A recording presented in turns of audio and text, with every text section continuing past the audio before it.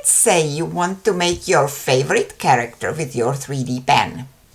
You start on the head, and then this happens. Don't panic. You can easily fix that problem with a can of Play-Doh and a little bit of planning.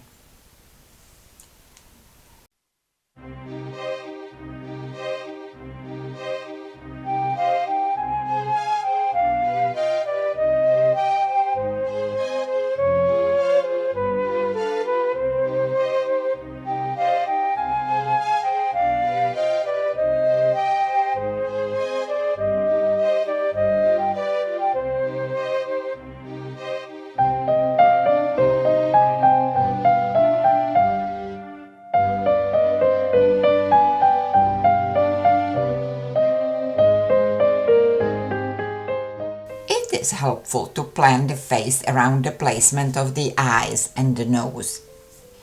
So you can leave openings where you will want to insert them later. There is a video 6 ways to make eyes if you are wondering how I came by these.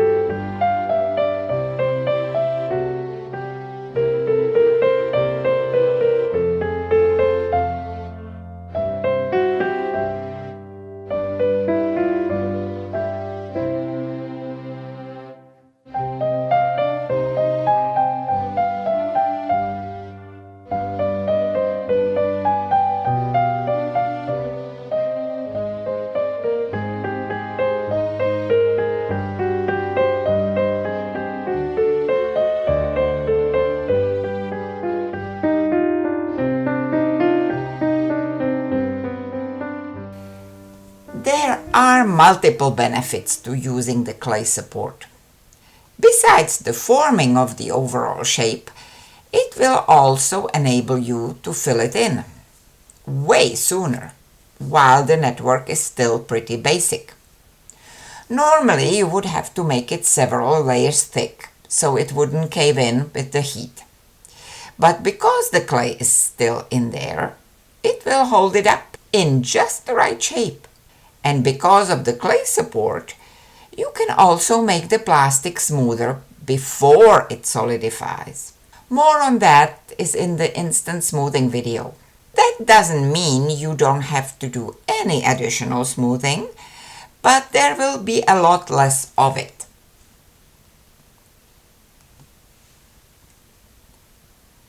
And when done, we can start on the other half.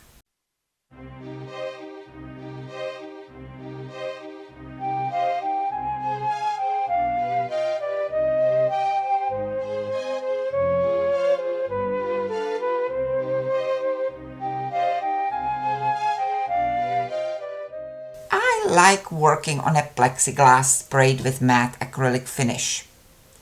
Not only because it lets me see my patterns, but also because it will let me see both halves of my critter together as I'm sculpting the overall shape, and check, for instance, if the back of the head is big enough for the front.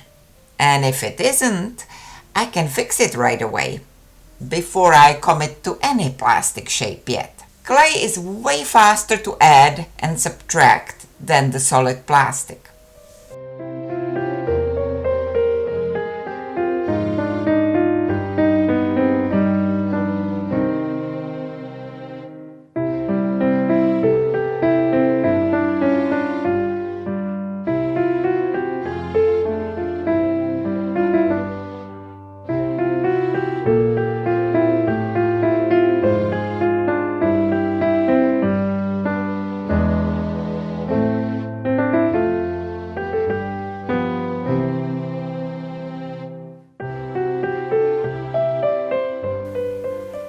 once the shape is made, filled and smoothed, I will just take the clay out and reuse it the next time.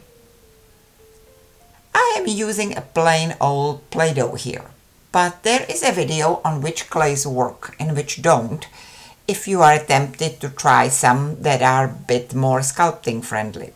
Wait with joining the two halves until you attach the eyes and the nose and whatever else you are planning to attach, before you lose the access to the inside. Now you can close it.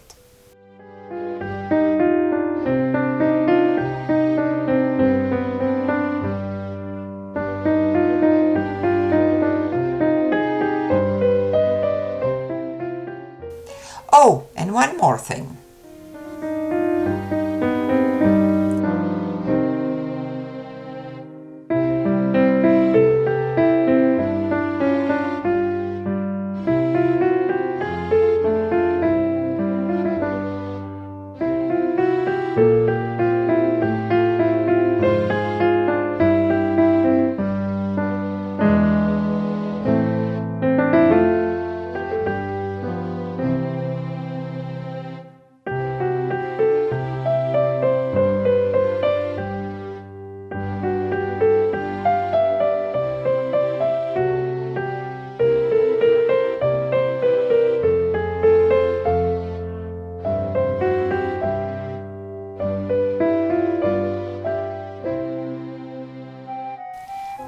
Planning to put some pen-generated fur texture on him.